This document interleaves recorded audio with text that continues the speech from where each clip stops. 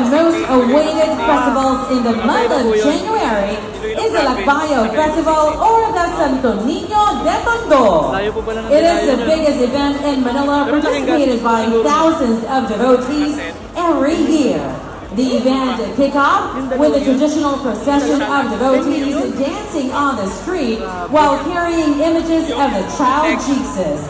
A pagoda carrying an old image, Santo Niño, will lead the parade with 20 smaller boats. The fluvial celebration attracts thousands of tourists who came to hear the beat of the bass drums, visitors clad in colorful dresses, and the street dancers shouting, "Viva el Santo Niño!" From the city of Manila, the Pinas Olanum and B4s proudly present the Lakbayo Festival! Pero support ng LGU. Tsaka pa ng tao doon. LGU, tsaka natin. Malaki-laki din. Galing, no? 10 million talaga. Isang ganyan. Taong 15, sa pamumuno ni Miguel Lopez de Legazpi, bitin ng kanyang grupo ang Santo Niño patungo sa Luzon.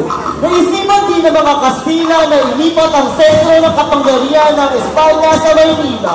Nakaharap nila ang nanghari ng Tondo na sila Cantula. Nakalauna na nagpapatingag bilang Kristiyano. Pagkatapos ng mga kaganapan, ganap lang ibinigay ang Santo Niño sa hari ng Tondo. At sa mismong kinatatayuan ng tahanan o kaharian ni Cantula, doon na isipang tayo ang simbahan ng Santo Niño de Tondo. Sa paglipas ng maraming taon, ay mas iningatan at pinalagahan ng mga taga-Tondo ang Santo Niño. Inaayusan at pinilisan ng pila na nilulunglong sa tinulong ng ginto. Kaya dito'y naging takong pansin sa mata ng mga masasamang tao, pinalilisan at tinakaw sa noong piso ng simbahan. Hulyo 14 taong 1972 na maganap na makasaysayang pagkawala ng Santo Niño de Tondo.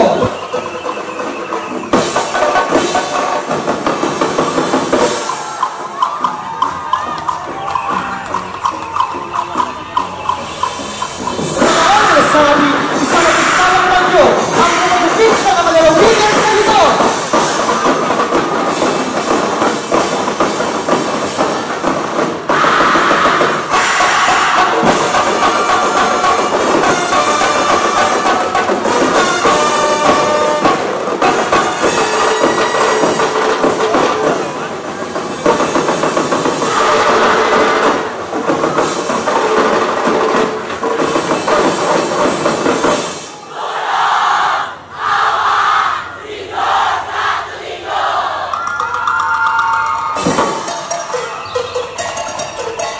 Kasabay ng pagbuhos ng malakas na ulan, ay walang kumpay na nanarami ng mga maniboto ng Santo Niño na muli itong may balik sa kanyang kaharian.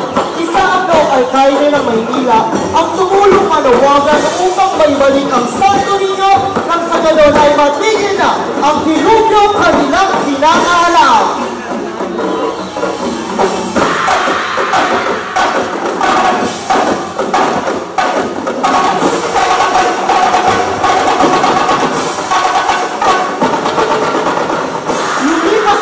Araw, sa tulong ng dating unang bilang ang presidente ng ating bansa, ay unti-unting nakita at ay balik ang magkakaiwalay na parte ng Santo Niño at muli ng Ginoo.